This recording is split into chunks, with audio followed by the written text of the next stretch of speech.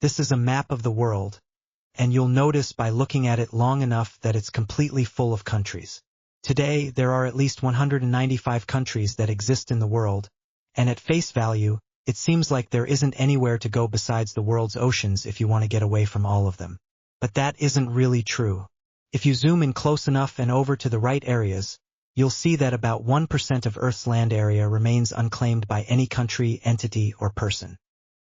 Theoretically, this 1% of Earth's land is a lawless, uninhabited, and wild zone outside of the control of humanity. For all intents and purposes, these lands are basically on the same legal footing as the surface of the moon, and yet they're actual places right here on Earth. You can go and visit them right now. However, most of all this unclaimed land is located right here in Antarctica. It's called Mary Bird Land, and while it's about the same size as Mongolia, it's basically just a frozen wasteland right now like the rest of Antarctica. Well, that's the gist of why nobody has ever bothered enough to claim it. Over 99% of Earth's unclaimed land is all right here, which is kind of boring because visiting it is difficult. Nobody lives anywhere close to it, and Antarctica wasn't even discovered until 200 years ago. So, it all kind of makes sense why nobody would have ever bothered. The other unclaimed lands, on the other hand, are much more interesting because despite being a lot smaller in area, one is located on the continent where humanity began in the first place, which is odd because you'd figure somebody would have gotten around to it already. It's located right here in Africa, and it's called Bir Tawil. Despite being sandwiched between Egypt to the north with a population of 100 million people and Sudan to the south with a population of 43 million people, neither government claims Bir Tawil, and neither does any other country, person, or entity on the planet. Not a single person lives here, and it's about the size of Luxembourg in Europe. Because nobody lives here, there aren't any roads, towns, or any development whatsoever. It's literally just an empty, Luxembourg-sized plot of land in the middle of the Sahara Desert, full of absolutely nothing but sand and rocks. Since there isn't any government and there aren't any laws, it means that you can basically just show up here and do whatever you want, including attempting to create your own country. Many have already tried that. In 2014, an American dad from Virginia showed up and claimed to have established the Kingdom of North Sudan in Bir Tawil, with a flag designed by his kids. A few months later, a couple of Russian guys showed up, planted a Russian flag, and claimed to have established the creatively named Kingdom of Middle-earth. Then in 2017, an Indian guy showed up and claimed to have established the Kingdom of Dixit after his last name and planted his own flag. All three of these guys' claims to Bir Tawil overlap with one another, and there's been some great Twitter squabbling between them in the past. I plan on joining them in the future by claiming Bir Tawil as the Kingdom of Real-Life Lore, or the KRLL for short. Of course, I've never visited Bir Tawil, but that hasn't stopped dozens of people from claiming it before in the past, and it doesn't stop you from claiming it yourself down in the comments either with your own clever name. The point being is that anybody can claim Bir Tawil for themselves, but actually enforcing those claims is rather difficult. Because it's an empty plot of desert in the middle of the Sahara, and there aren't any roads leading to it from anywhere else, so getting there is quite challenging. It's a hostile desert with no infrastructure or development, and therefore living there is almost impossible. See, in order to be a recognized country, you actually need a permanent population and infrastructure like airports or roads to get that permanent population there, which is hard if you don't have any resources. Maybe after Jeff Bezos conquers space, he'll come after Bir Tawil and turn it into his own personal little kingdom. But how is this even possible in the first place? Why does this relatively large chunk of unclaimed land on humanity's original starting continent even exist? Well, for that, as with all things, we can thank the British and go back a couple hundred years to see why. In the early 19th century, Egypt was theoretically a vassal of the Ottoman Empire, but they were pretty much completely autonomous and doing their own thing, like invading and conquering Sudan without necessarily getting any approval from the Ottomans in Constantinople. The Egyptians conquered and then ruled Sudan themselves for decades, and not exactly being fans of this occupation, the local Sudanese started a rebellion against them in the 1870s. By that point, the Suez Canal had already been built in Egypt, and that gave the British Empire a huge transportation shortcut between their possession of India and the British Isles themselves. British interests in Egypt were growing bigger and bigger with every passing day.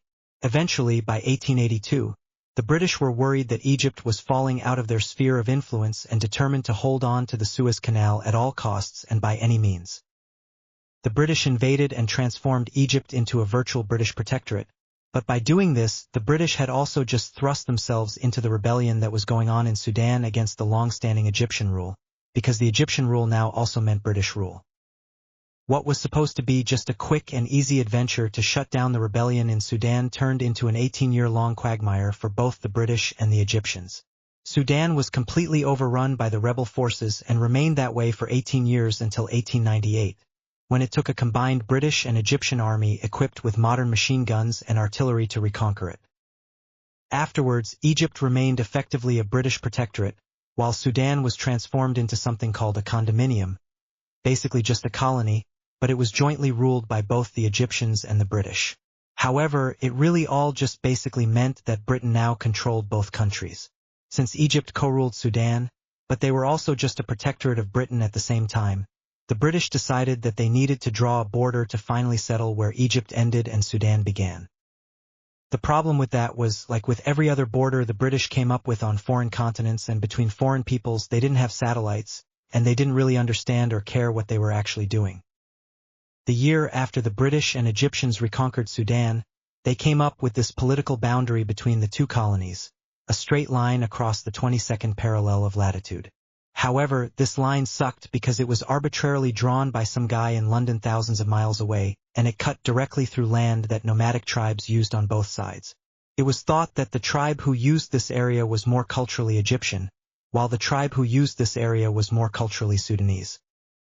So in a very rare instance of the British Empire realizing that their initial border didn't exactly make very much sense, they came up with a revised zigzaggy administrative boundary in 1902 that was separate from the political border that was drawn up 3 years earlier, which gave this familiar Bir Tawil area to Egypt and this bigger area called the Halaib Triangle over to Sudan. Now, for decades, this never really mattered very much because Egypt and Sudan were both effectively ruled by the British anyway, but that began to change by the mid-20th century.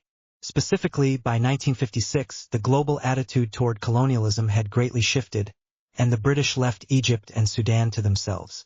Both were now freshly independent nations, and both of them had to choose between two different choices for what their border could legally be. For Egypt, option A was the 1899 line, which gave them Halaib and gave Sudan Bir Tawil, while option B was the 1902 line, which gave them Bir Tawil and gave Sudan Halaib. Meanwhile, for Sudan, their choices were just the reverse of these. Option A was the 1899 line, which gave them Bir Tawil and gave Egypt Halaib, while option B was the 1902 line, which gave them Halaib and gave Egypt Bir Tawil. In effect, both Sudan and Egypt were forced into a rather unique legal situation where they had to choose between either Halaib or Bir Tawil, but absolutely not both. Could only be one. And naturally, just by looking at the map, you can understand why both of them wanted to choose Halaib. It's about 10 times more land than Bir Tawil. There were actually about 1,000 or so people who lived there compared to Bir Tawil's nobody. And most importantly, Halaib has a nice coastline along the Red Sea, while Bir Tawil is completely landlocked. Halaib is indisputably the more valuable piece of land, and as a result, Egypt insisted that the true border was the 1899 straight line, while Sudan insisted that the true border was the 1902 wiggly line. For decades, Sudan and Egypt both just shared Halaib and kind of administered it together, sort of like a condominium. This status quo never really became a big issue until 1992. Though, when the worst possible thing for the region's geopolitics could have happened, oil was discovered in the territorial waters in the Red Sea directly next to Halaib. So, whoever controlled Halaib would also control these potential oil reserves, and neither Sudan nor Egypt were particularly in the mood to share. Sudan tried to jump ahead of Egypt by granting exploration rights to a Canadian petroleum company. Egypt declared that that was illegal and then, using the 1899 border as a pretext, they moved in troops to occupy Halaib.